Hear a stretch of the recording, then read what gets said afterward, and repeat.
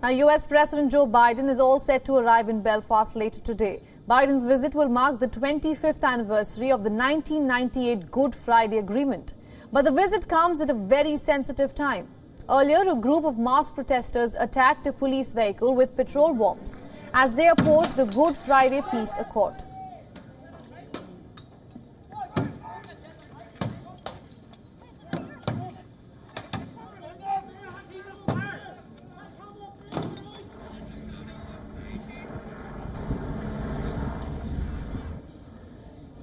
Signed in Belfast on the 10th of April in 1998, the Good Friday Agreement is considered one of the most significant peace deals of the late 20th century, seeking to end 3 decades of sectarian strife that killed more than 3,600 people. The 1998 peace deal ended Northern Ireland's decades-long violent conflict known as the Troubles. But peace has come under strain again following Britain's exit from the European Union and other political crises overshadowing this week's commemoration. US President Joe Biden is known for his decades-long pro-Irish views. Biden is expected to meet representatives from the 5 Northern Irish parties. Meanwhile, Northern Ireland's Democratic Unionist Party has said that Biden's visit will not force to end its protest at post-Brexit trade rules. Biden is also expected to lure close investment ties between the United States and Northern Ireland as an effort to encourage the end of a deadlock between the UK and Northern Ireland.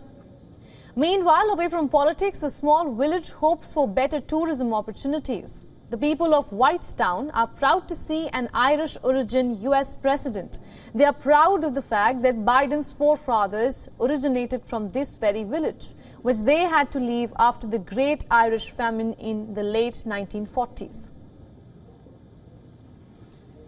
So yeah, it's great to see that Joe is the President of America now, and I would never have thought that me from the northern side, Drummondtee, and Turlock here from the southern side, Cooley, that we would have had such a close connection.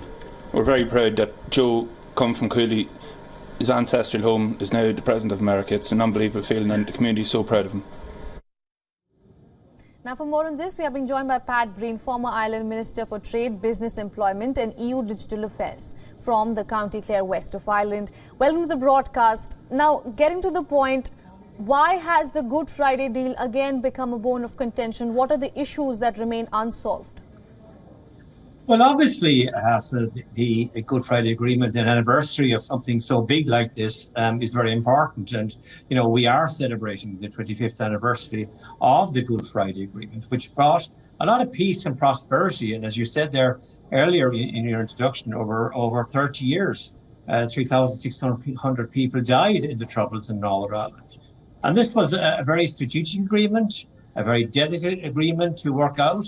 And with the help of the Americans, the Irish and the British government, they were able to, and of course the parties in government, they were able to put aside their differences and sign up to this agreement, which has worked really well since and has brought a lot of peace and prosperity to Northern Ireland. And I think the visit of President Biden is strategically a very important visit.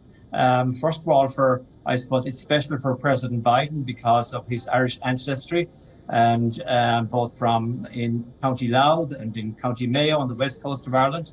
And also, I suppose, it also symbolises the important role that the American government, the Clinton administration, played in putting together the Good Friday Agreement back in 1998.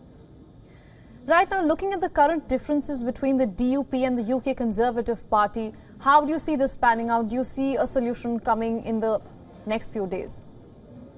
I would hope so. Obviously, diplomacy is going to be really important here, and of course, the Americans are good at diplomacy.